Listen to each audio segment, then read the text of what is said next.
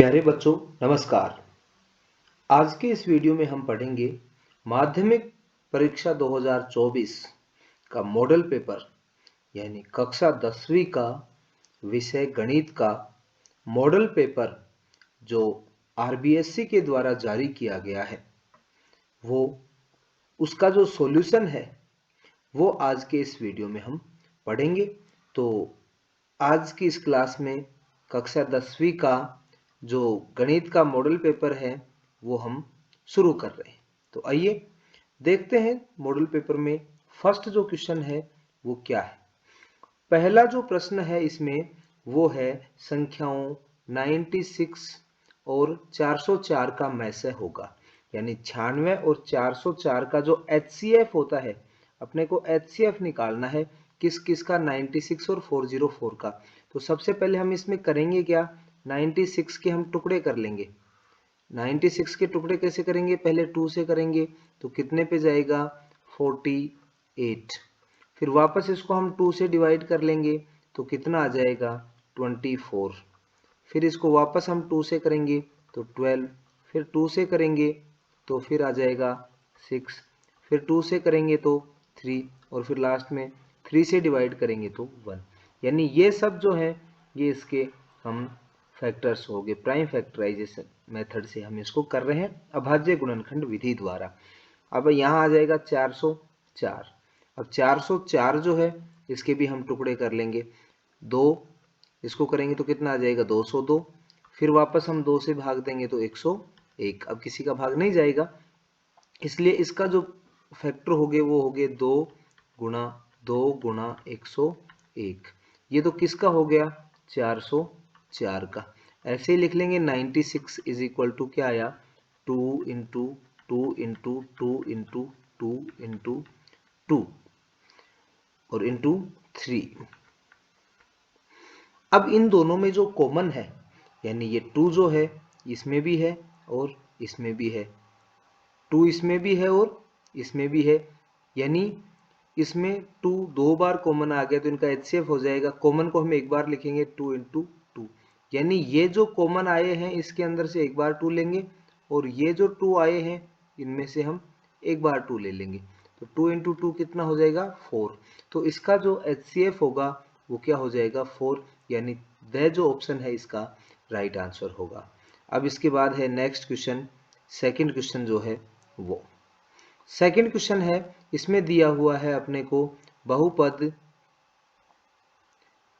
px बराबर x square minus 2x minus 15 के शून्यांक a और b है। तो ए बी का अपने को मान ज्ञात करना है। a और b इसके दो शून्यांक हो गए। तो हम जानते हैं ये क्या है, शून्यांक का गुणनफल। तो शून्यकों का गुणनफल यानी शून्यकों का जो गुणनफल होता है हम इसको इरेज कर देते हैं। अभी ये फर्स्ट क्वेश्चन का सॉल्यूशन था, ये आपने कर लिया, अच्छे से नोट कर लें इसको। अब इसको हम रफ कर रहे हैं, फिर इसके बाद यहीं पे सेकंड क्वेश्चन का जो सॉल्यूशन है वो हम इसके ऊपर यहाँ करेंगे। अब सेकंड क्वेश्चन का जो सॉल्यूशन है उसमें देखिए दो गुणनफल निकालना है। अब गुणनफल हम जानते हैं कि शून्यकों का जो गुणनफल होता है वो क्या होता है, यानी शून्यकों का जो गुणनफल होता है वो होता है माइनस एक्स का गुणांक। एक्स का गुणांक डायरेक्ट फॉर्मूला तुम्हें याद किया होगा माइनस बी बटा ए। बटे में क्या होता है एक्स स्क्वायर का गुणांक यानी कोफिशिएंट। तो प्रोडक्ट कैसे आ जाएगा, माइनस का साइन, एक्स का गुणांक देखो एक्स के साथ में यहाँ पर क्या लिखा हुआ है माइनस के 2, तो यहाँ कितना आ जाएगा माइनस का 2 ब्रैकेट बंद, नीचे एक्स स्क्वायर का गुणांक, यहाँ एक्स स्क्वायर का जो कोफिशिएंट है वो कितना है 1, तो ऊपर कितना आ जाएगा माइनस से माइनस मल्टीप्लाई होके प्लस हो जाएगा। 2 divide by 1 is equal to 2, यानी इसका जो राइट आंसर होगा वो कितना हो जाएगा, डी ऑप्शन जो है वो राइट होगा, 2 राइट आंसर होगा इसका। थर्ड क्वेश्चन है उसमें दिया हुआ है अपने को देखना, थर्ड क्वेश्चन को जब हम करेंगे, ऊपर स्क्रॉल कर लेते हैं इसको थोड़ा, 2 3 4 5 6 का माध्य है, यानी 2 3 4 5 6 का जो माध्य है वो क्या होगा। अब माध्य का फॉर्मूला अपने को याद होना चाहिए कि माध्य बराबर जो होता है वो क्या होता है, माध्य बराबर आंकड़ों का योग यानी सम ऑफ डाटा, जो अपने को डाटा दिया हुआ है उनका योग। तो ऊपर तो आ जाएगा आंकड़ों का योग, डिवाइड में आ जाएगा आंकड़ों की संख्या, यानी जो टोटल आंकड़े हैं अपने पास वो कितने हैं, उन आंकड़ों की संख्या आ जाएगी। तो आंकड़ों का योग पर इनका योग कर लेंगे, 2 + 3 + 4 + 5 + 6, और डिवाइड में कितने हैं ये डाटा, 1 2 3 4 5, तो डिवाइड में आ जाएगा 5। इन सबको ऐड करेंगे तो आ जाएगा अपना 20 और डिवाइड में 5। 20 को 5 से डिवाइड करेंगे तो 4 आ जाएगा इसका राइट आंसर। तो यानी स ऑप्शन इसका सही है। इसको करने का दूसरा तरीका एक और है, ये कंटिन्यूअसली चल रहे हैं 2 3 4 5 6, यानी सबके बीच का जो गैप है वो सेम है, इसलिए जो माध्य होगा, औसत होगा, वो बीच वाला नंबर होगा। यानी इसमें शुरू के 2 नंबर हैं 2 और 3, इनको भी छोड़ देते हैं, लास्ट के 2 नंबर है 5 और 6, इनको भी छोड़ देते हैं, तो बीच में क्या रह गया 4। तो 4 इसका क्या हो जाएगा, औसत माध्य। यदि अपने पास 2 अंक रह जाते बीच में तो माध्य कैसे निकालते, उन दोनों अंकों को जोड़ लेते और 2 का भाग दे देते। नेक्स्ट क्वेश्चन है क्वेश्चन नंबर 4। यदि 2x + y = 6 हो तो इसे संतुष्ट करने वाला युग्म होगा। इसको कौन सा ऑप्शन जो है इसको सेटिस्फाई करेगा। तो ये जो वैल्यूज है, पहले वैल्यू किसकी होती है, x की, और फिर होती है y की। ये दोनों वैल्यूज इसके अंदर हम रख लेंगे, जो इसको सेटिस्फाई करेगा वो ही अपना राइट आंसर होगा। जैसे ये वैल्यू हम इसके अंदर रखते हैं, तो जैसे इसके अंदर हम रखेंगे 2 और x की जगह 1 + y की जगह 2, तो कितना आ जाएगा, 2 को 1 से मल्टीप्लाई किया तो 2 और +2 कितना आ गया 4, लेकिन अपने तो इसमें कितना आ रहा है 6, इसलिए ये वाला ऑप्शन नहीं होगा। ऐसे सेकंड ऑप्शन इसमें रख लेंगे, x की जगह 2 तो 2 2 जा 4 प्लस y की जगह 1 प्लस 1 कितना हो गया 5, ये भी नहीं होगा। तो से इसका राइट आंसर हो जाएगा, क्योंकि x की जगह भी हम 2 रखेंगे तो 2 × 2 प्लस y की जगह 2, तो 2 को हम 2 से मल्टीप्लाई करेंगे तो कितना आ जाएगा 4 और +2 = 6, और =6 ही इसमें ये इसको सेटिस्फाई कर रहा है, तो से इसका राइट आंसर हो जाएगा। नेक्स्ट जो क्वेश्चन है क्वेश्चन नंबर 5th में है, यदि एपी का प्रथम पद अपने को दिया हुआ है, एपी का जो प्रथम पद है वो है 6, और सार्वअंतर जो है वो डी कितना दिया हुआ है, डी बराबर 3 दिया हुआ है। तो एपी होगी, तो एपी पहला पद तो क्या होता है ए, डी इसके अंदर जोड़ देंगे, 6 में हम 3 को जोड़ेंगे तो कितना आ जाएगा 9, 9 में फिर वापस डी को जोड़ेंगे 3 को तो कितना आ जाएगा 12, इसमें 3 जोड़ेंगे तो 15, ऐसे आगे बढ़ता जाएगा। तो ये एपी हो जाएगी 6 9 12, यानी ए नंबर पे जो है ऑप्शन ए वो राइट होगा। नेक्स्ट है क्वेश्चन नंबर 6 जो है इसका, निम्न में से कौन सी समरूपता की कसौटी नहीं है, यानी समरूपता की जो कसौटी है वो कौन सी नहीं है। तो इसमें फर्स्ट वाली भी है समरूपता की कसौटी, एंगल एंगल एंगल वाली भी है, साइड साइड साइड भी है, और साइड एंगल साइड भी है। यानी जो ये एंगल साइड साइड है ये वाली इसकी कसौटी नहीं है, ये समरूपता की कोई कसौटी नहीं होती, तो द इसका राइट आंसर होगा। इसके बाद है नेक्स्ट क्वेश्चन नंबर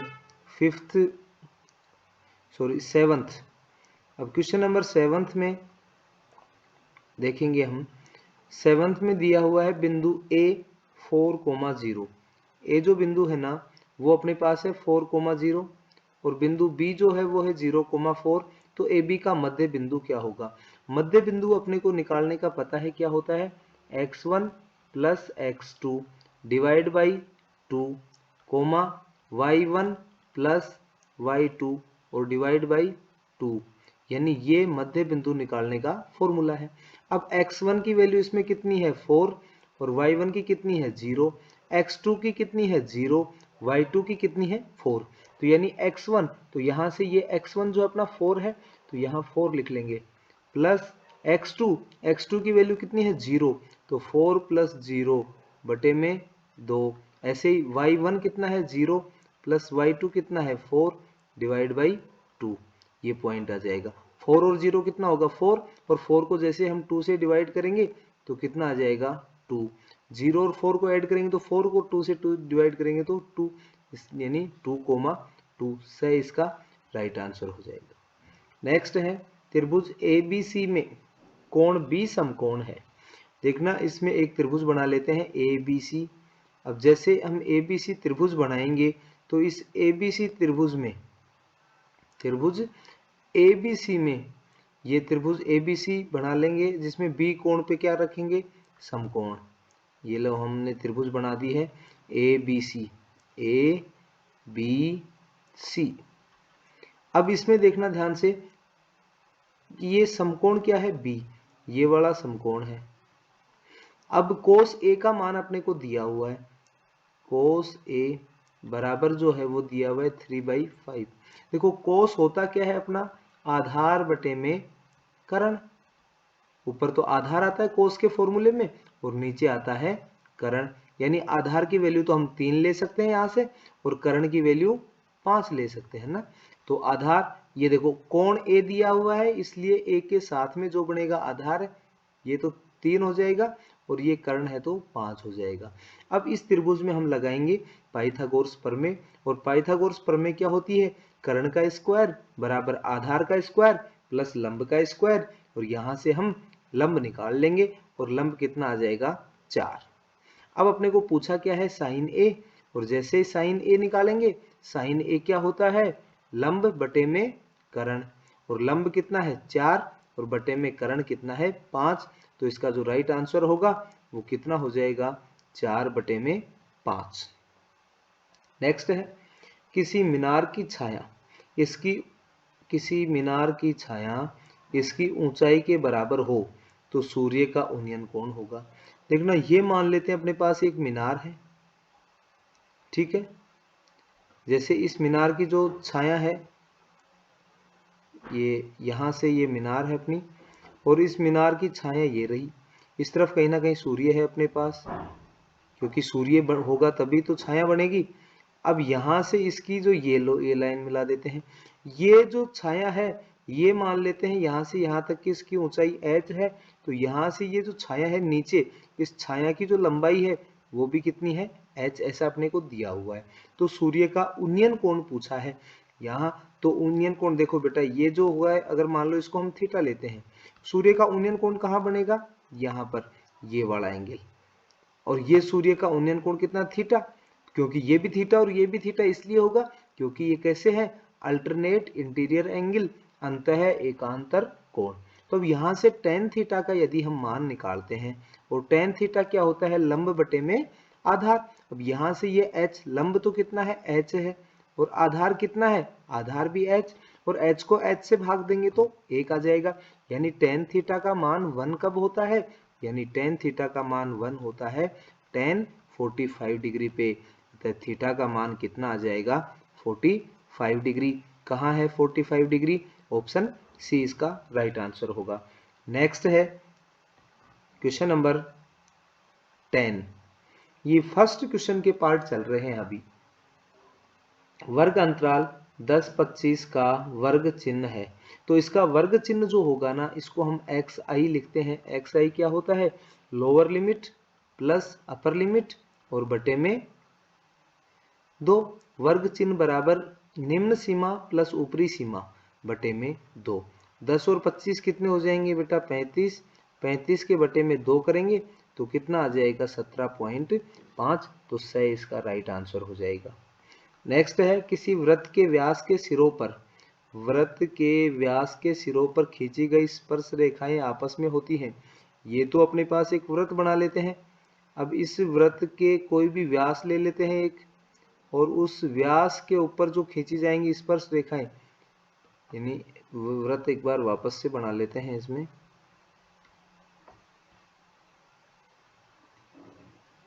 ये मान लिया वृत्त है, ये इसका व्यास है, ये व्यास के सिरे पर ये स्पर्श रेखा खींची गई और एक ये स्पर्श रेखा खींची गई।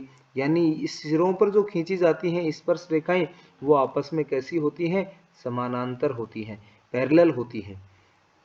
भुजा 7 सेंटीमीटर वाले एक घनाभाकार ब्लॉक के ऊपर एक अर्धगोला रखा हुआ है। अर्धगोले का अधिकतम व्यास हो सकता है, तो उस अर्धगोले का जो अधिकतम व्यास हो सकता है वो उस घन की भुजा के बराबर हो सकता है।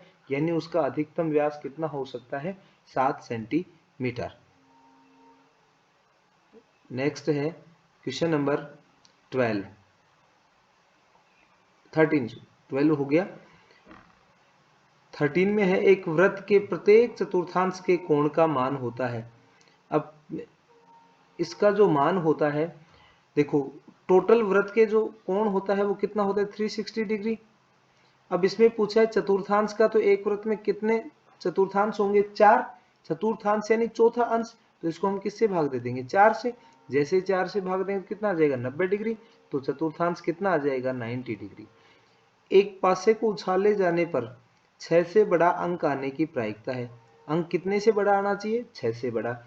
6 से बड़ा अंक, ध्यान से देखना, पासे के ऊपर अंक कितने होते हैं 1 2 3 4 5 6, यानी ये टोटल 6 अंक होते हैं। 6 से बड़ा कोई अंक होता है क्या इसमें, नहीं होता। तो ये कैसी घटना है, असंभव घटना है। और असंभव घटना की जो प्रायिकता होती है वो कितनी होती है 0, यानी 6 से बड़ा कोई अंक है क्या, नहीं है।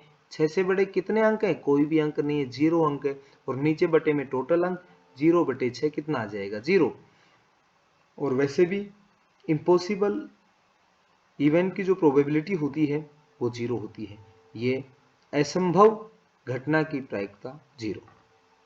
समांतर श्रेणी -3 -1/2 2 का 11वां पद निकालना है। देखो सबसे पहले इसका अपने को a दिया हुआ है -3, और अब पहले हम इसका d निकालेंगे।